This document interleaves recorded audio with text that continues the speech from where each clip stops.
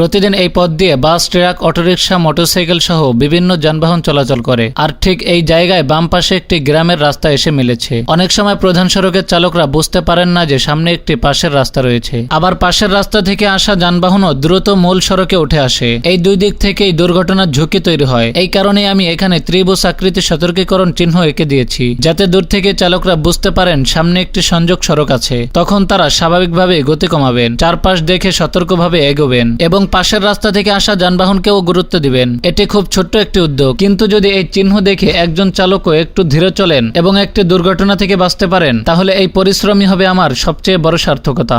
আসুন আমরা সবাই নিরাপদ সড়ক গড়তে নিজ নিজ অবস্থান থেকে ছোট ছোট ভালো উদ্যোগ গ্রহণ করি। আমার এই ছোট্ট একটি কাজ যদি আপনার কাছে ভালো লেগে থাকে, তাহলে এই ভিডিওতে একটি লাইক দিয়ে কমেন্ট করে শেয়ার করে দিবেন। আশা করি আপনার একটি লাইক, কমেন্ট, শেয়ার আমাকে পরবর্তী কাজের জন্য আরো উৎসাহিত করবে। শুকরিয়া ভিডিওটি শেষ পর্যন্ত দেখার জন্য।